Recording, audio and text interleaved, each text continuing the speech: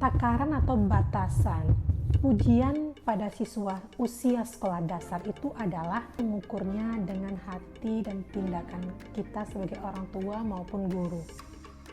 Seluas dan setulus hati dalam mengungkapkannya, melakukannya, itulah batasannya. Assalamualaikum warahmatullahi wabarakatuh. Halo semuanya, selamat datang di channel aku, Suci Nora Julina Putri. Jangan lupa subscribe, like, comment, and share ya. Terima kasih. Assalamualaikum warahmatullahi wabarakatuh. Halo semuanya, selamat datang di channel aku. Jangan lupa like, subscribe, comment, and share ya. Di konten kali ini, aku akan share ke kalian mengenai materi yang telah aku sampaikan di webinar nasional bulan lalu dengan tema perkembangan peserta didik anak usia sekolah dasar di era milenial. Pada kesempatan tersebut, aku memberikan materi dengan judul kebutuhan psikologis siswa sekolah dasar, di mana yang kita ketahui bahwa siswa sekolah dasar itu merupakan individu yang masih berada di usia anak-anak. Pada usia tersebut, siswa sekolah dasar mulai berkeinginan untuk dapat diterima, diakui oleh lingkungan di mana dia berada, baik itu di sekolah maupun di lingkungan masyarakat. Sehingga siswa akan merasa sedih dan juga tidak puas ketika mereka tidak diakui dan diterima oleh lingkungan sekitar mereka. Dan karakteristik dari siswa sekolah dasar ini didefinisikan menjadi dua. Jenjang sekolah dasar kelas rendah dari kelas 1, 2, dan 3. Dan yang kedua, jenjang sekolah dasar kelas tinggi, kelas 4, 5, dan juga 6. Pada masa kelas rendah, karakteristiknya itu berada pada hubungan yang kuat antara jasmani, prestasi, dan juga sering membandingkan diri mereka dengan orang lain. Jadi ketika guru ataupun orang tua melihat siswa yang usianya kelas rendah seperti ini, kelas 1, 2, dan 3, ketika mereka memiliki perilaku yang suka membandingkan diri mereka dengan teman yang lainnya ataupun orang lain, itu adalah hal yang wajar. Namun jika berlebihan, tugas guru dan orang tua memberikan arahan, memberikan suatu gambaran agar si anak ini tetap berada pada perbandingan positif, yang artinya mereka boleh membanding-bandingkan diri mereka dengan orang lain, namun perbandingan itu bertujuan agar diri mereka menjadi anak yang lebih baik lagi. Lalu, untuk karakteristik dari siswa kelas tinggi, yaitu kelas 4, 5, dan 6, di mana anak itu ingin lebih realistis dan mulai berfokus pada prestasi dari nilai dan tertuju untuk kehidupan mereka sehari-hari. Karena perlu kita tekankan dan kita ketahui bahwa masa sekolah dasar ini merupakan masa di mana anak menyesuaikan diri mereka. Jadi perlu sekolah itu mengidentifikasi karakteristik dari siswa-siswanya. Dengan memiliki karakteristik ini, guru jadi terbantu untuk memiliki tolak ukur dalam membuat rencana pembelajaran dan pengelolaan pembelajaran di kelas maupun di luar kelas. Lalu bagaimana keadaan psikologis siswa sekolah dasar saat ini? Tentunya keadaan psikologis siswa pada saat ini, khususnya di sekolah dasar, sudah banyak disorot karena pada masa sekarang ini siswa sekolah dasar itu mendapatkan masalah yang sebelumnya ia belum ketahui, karena memang pada masa sekolah itu merupakan hal yang baru bagi mereka, sehingga mereka akan mungkin bisa merasakan kaget atau merasakan adanya perbedaan antara ketika mereka bergaul di masyarakat dengan pergaulan yang ada di lingkungan sekolah. Sehingga anak ini perlu diarahkan dan diperhatikan agar mereka mampu menyesuaikan diri dalam lingkungan sekolah. Tentunya mengikuti tahap-tahap perkembangan siswa sekolah dasar. Ada beberapa hal yang perlu diketahui oleh guru dan juga calon guru dan juga guru BK ataupun konselor sekolah atau konselor kunjung di sekolah dasar mengenai kegemaran dari siswa sekolah dasar. Tujuannya agar ketika kita berada di lapangan, kita jadi tahu apa yang digemari oleh siswa, sehingga dari yang kita ketahui apa yang mereka gemarkan ketika kita mengajak mereka untuk belajar, melaksanakan pembelajaran, akan mempermudah kita untuk melaksanakannya secara optimal. Jadi untuk kegemaran dari siswa sekolah dasar yang pertama itu adalah siswa sekolah dasar senang bergerak.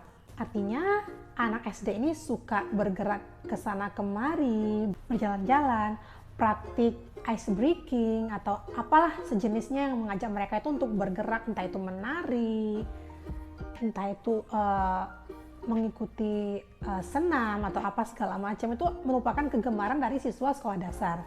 Nah, karena anak-anak SD ini senang bergerak, maka ketika mereka diajak duduk tenang di kursi, di bangku belajar, mereka itu akan bertahan, akan bisa tenang selama kurang lebih 30 menit. Nah, sisanya itu kan mereka akan merasa bosan, jenuh, sehingga guru maupun konselor kunjung yang berada di sekolah dasar ini perlu mengajak anak-anak itu untuk bergerak, ice breaking kah, atau kegiatan-kegiatan lain yang mengajak mereka itu untuk bisa enjoy, bisa bersantai gitu, belajar sambil bersantai. Dan juga di sini orang tua memiliki kerjasama juga dengan guru untuk memberikan fasilitas siswa ataupun anak untuk bisa bergerak dengan leluasa ataupun bergerak sambil mengikuti pembelajaran. Lalu kegemaran siswa sekolah dasar yang kedua itu adalah siswa ini senang bermain, karena memang dunia anak itu adalah bermain. Mereka akan merasa bahagia, akan merasa lebih tenang ketika mereka bermain bersama teman-teman seumuran atau teman-teman sebaya mereka. Bermain ini menjadi kebutuhan dari siswa usia sekolah dasar, karena dari permainan ini mereka bisa belajar mengenai hitungan, karena memang ada beberapa permainan tradisional yang mengajari mereka untuk berhitung, angka, abjad gitu, sehingga memang dari bermain ini mereka bisa belajar. Nah, tugas dari guru tentunya perlu mengkolaborasikan pembelajaran dengan permainan agar siswa lebih mudah memahami apa yang disampaikan oleh guru. Dan kita perlu menekankan bahwa anak usia sekolah dasar ini memiliki kebutuhan untuk bermain. Apalagi siswa SD ini, terutama pada siswa kelas rendah yang memang butuh permainan dan pembelajaran atau metode pembelajaran di dalamnya ada teknik permainan untuk mereka. Permainan ini menjadi suatu media siswa dalam mengekspresikan diri, di mana dalam permainan ini tersirat kreativitas dari seorang siswa. Kita perlu tahu bahwa aspek-aspek psikis dari permainan ini adalah unsur berpikir, unsur berhitung, kecerdasan, kemampuan membuat siasat, kemampuan mengatasi hambatan, daya ingat, dan juga kreativitas. Lalu yang ketiga adalah siswa sekolah dasar ini senang melakukan sesuatu secara langsung. Karena anak usia sekolah dasar ini berpikir itu masih secara konkret. sehingga anak SD akan lebih memahami pembelajaran yang diberikan oleh guru ketika mempraktikkannya sendiri secara langsung dari pembelajaran tersebut. Lalu yang keempat, siswa sekolah dasar itu memiliki kegemaran dalam bernyanyi, sehingga untuk metode pembelajaran perlu juga menggunakan nyanyian, karena pada usia mereka ini suka kegiatan-kegiatan yang memiliki tema bermain, bernyanyi, praktik, bergerak. Jadi guru perlu mempertimbangkan dan mengkolaborasikan hal-hal ini menjadi pembelajaran untuk siswa sekolah dasar. Dan juga fungsi dari bernyanyi ini adalah mempermudah siswa dalam menghafal. Misalnya nih, menghafal angka, abjad. Jika memiliki irama seperti nyanyian, maka ini akan lebih mudah untuk dihafal oleh siswa. Apalagi hitung-hitungan, perkalian. Karena memang di usia anak SD ini butuh sesuatu yang menyenangkan dan memudah mereka untuk menghafal sesuatu halnya dengan bernyanyi. Jadi ada 4 hal yang menjadi kegemaran siswa sekolah dasar yang perlu kita kolaborasikan dengan metode pembelajaran, dan juga jangan lupa untuk melibatkan siswa kegiatan berkelompok dengan teman di kelasnya. Tujuannya agar mereka juga bisa menjadi pribadi yang memiliki jiwa sosial. Karena pada saat ini memang keterampilan sosial sangat perlu kita tingkatkan untuk generasi di era milenial ini. Dari beberapa kegemaran siswa sekolah dasar tadi, ada beberapa kebutuhan dari psikologis siswa sekolah dasar. Yang pertama adalah kebutuhan rasa aman, yang kedua kebutuhan sosial, yang ketiga kebutuhan untuk merasa berharga, dan yang terakhir adalah kebutuhan dianggap berdaya.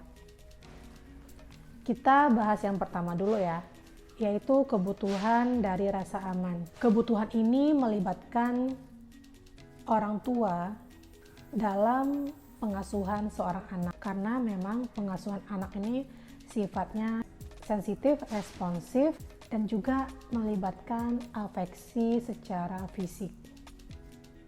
Contohnya seperti kebutuhan anak akan rasa aman dari bahaya-bahaya yang mengancam mereka, kebutuhan perlindungan dari tindakan kriminalitas, kebutuhan perlindungan dari hal-hal yang bersifat bullying, dan lain sebagainya. Jadi memang rasa aman itu sangat perlu dimiliki oleh siswa usia sekolah dasar, karena memang menjadi pendukung dari perkembangan mereka secara optimal. Jadi rasa aman ini akan terbentuk sangat bagus ketika orang tua terlibat dalam pengasuhan anaknya. Dan yang kedua itu adalah kebutuhan merasa berharga. Jadi orang tua dan guru itu perlu memberikan pujian, tidak meremehkan sekecil apapun hal yang dilakukan oleh anak, dan juga kita tidak segan meminta maaf, mengucapkan terima kasih. Jika ingin meminta anak untuk melakukan sesuatu, kita minta tolong dulu. Ini akan membuat mereka belajar menghargai, dan juga mereka merasa diri mereka berharga. Dan untuk perihal takaran atau batasan pujian pada siswa usia sekolah dasar itu adalah mengukurnya dengan hati dan tindakan kita sebagai orang tua maupun guru. Seluas dan setulus hati dalam mengungkapkannya, melakukannya, itulah batasannya. Lalu yang ketiga, kebutuhan sosial. Siswa juga merupakan individu yang tentunya tidak bisa berdiri sendiri, membutuhkan orang lain, sehingga mereka perlu belajar untuk hidup sosial. Karena mereka perlu atau butuh kehidupan yang sosial, maka mereka perlu diarahkan untuk menjalin hubungan dan pertemanan dengan individu di sekitar mereka. Perlu mengajarkan atau mengarahkan mereka untuk melakukan sosialisasi dengan kelompok, berinteraksi, bekerja sama, dan juga menyesuaikan diri mereka agar mereka mampu beradaptasi dengan lingkungan mereka di sekolah maupun di lingkungan masyarakat tempat tinggal mereka dan dimanapun mereka berada. Lalu yang terakhir adalah kebutuhan dianggap berdaya, di mana seorang anak ini perlu diberi suatu kepercayaan sesuai dengan usia mereka. Sebagai orang tua, memanjakan anak boleh, namun kita harus tahu batasan-batasan agar anak tidak menjadi pribadi yang nantinya akan berketergantungan dengan orang lain. Kita juga perlu memberikan dan menanamkan nilai-nilai kemandirian kepada anak sehingga anak menjadi pribadi yang perkembangannya optimal. Karena memanjakan anak itu akan mempersulit proses dalam memaksimalkan kemampuan mereka dan meracuni masa depan mereka nanti.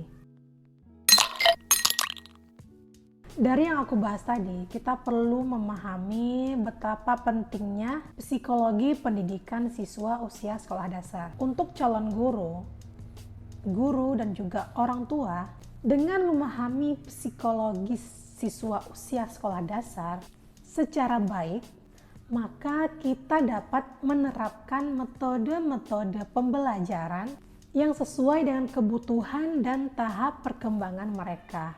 Dengan demikian, hasil belajar pun menjadi lebih optimal. Dan untuk model pembelajaran yang sesuai dengan kebutuhan anak sekolah dasar yang bisa diterapkan oleh para guru adalah yang pertama, model pelajaran yang memungkinkan anak untuk bergerak atau berpindah tempat. Ini seperti kegemaran anak sekolah dasar ya, jadi perlu dikolaborasikan dengan model ini. Lalu yang kedua, model pembelajaran yang syarat akan permainan-permainan anak. Yang ketiga, model pembelajaran yang memberikan anak berkesempatan untuk belajar atau bekerja secara kelompok. Dan yang keempat, model pembelajaran yang memberikan kesempatan bagi anak untuk terlibat secara langsung dalam pembelajaran. Jadi ini berpatokan kepada kegemaran dari siswa sekolah dasar. Nah, mengapa demikian? Karena agar metode dan model pembelajaran bisa terlaksana secara optimal, kita harus melihat kegemaran dari anak. Sehingga dari kegemaran tersebut, anak akan mudah memahami dan menerapkan pembelajaran yang diberikan oleh guru mereka. Baik, para besti, itulah materi secara singkat yang pernah aku sampaikan di saat webinar bulan lalu. Semoga bermanfaat bagi kita semua. Terima kasih sudah menonton hingga selesai. Jangan lupa subscribe, like, comment, and share ya. Wassalamualaikum warahmatullahi wabarakatuh. Dadah.